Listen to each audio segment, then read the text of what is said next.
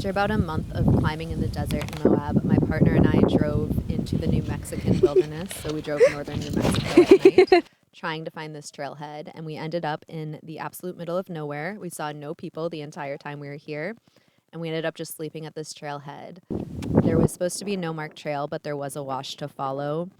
And we walked out into the New Mexican wilderness. Honestly, we spent most of our time in this rock pile.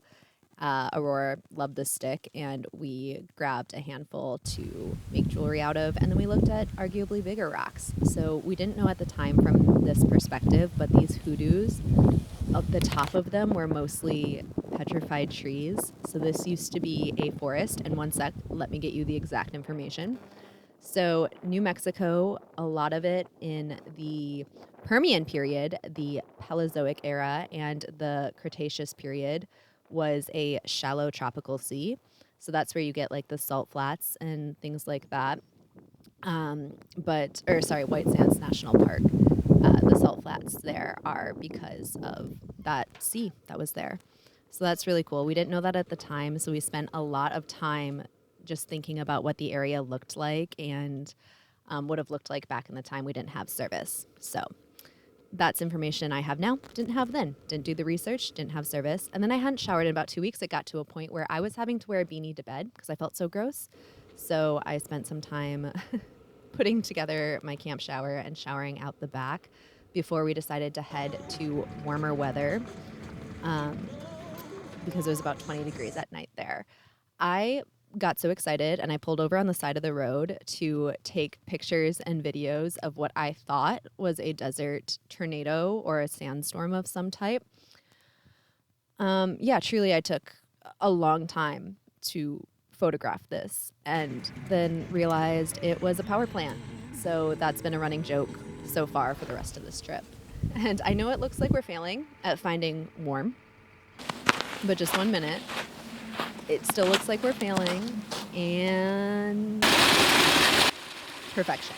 These are some of the coolest hot springs I've ever been to. I took my coffee there. Again, we slept at the trailhead, and then I took my coffee there in the morning.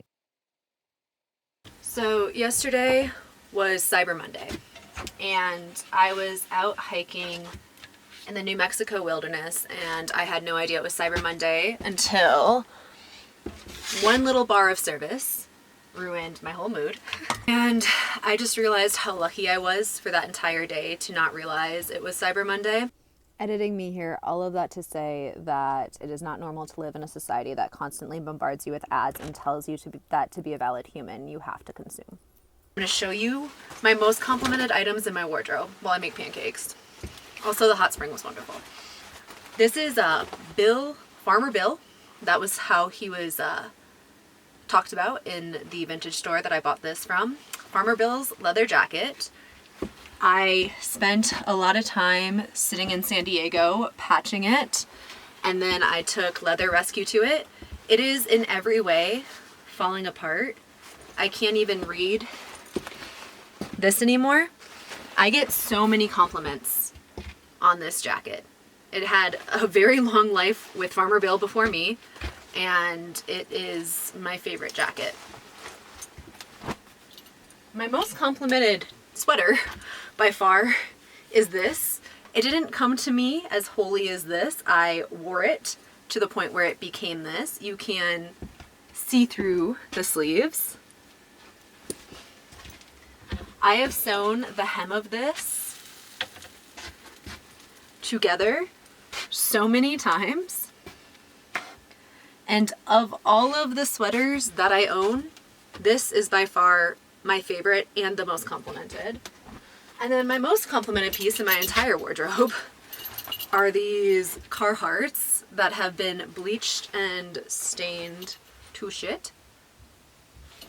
I love these. I can wear these everywhere, and it doesn't matter if they get dirty because you can't tell. I did have, when I was teaching STEM in San Diego, I did have one of my third graders ask me why I wore dirty pants to school. And you know what? That was a fair question. But these are by far my most complimented pants. I found them at a thrift store like this, and I will wear these and patch these so many times. By far my favorite pants. Speaking of patching, the rest of my day looks like patching my friend Vinny's pants. Vinny, if you're watching this, I'm so sorry. This took me like 2 months to do.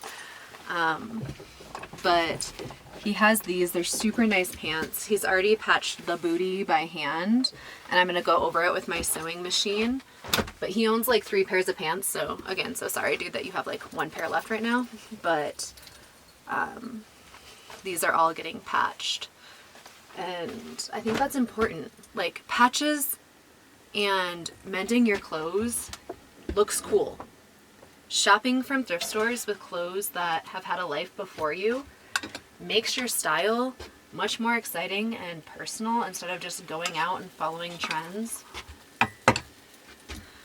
And I don't know, like, it feels like a much more rewarding way to live. But yeah, all of this is sort of in response to seeing those Instagram ads and just like my whole body, like I was so happy and so at peace. And then it truly just like the capitalist hellscape. Like I was out in the middle of nowhere. I saw no people, nothing.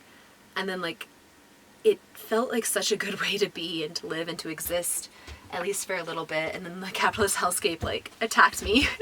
I did open the app. It's my own fault, but like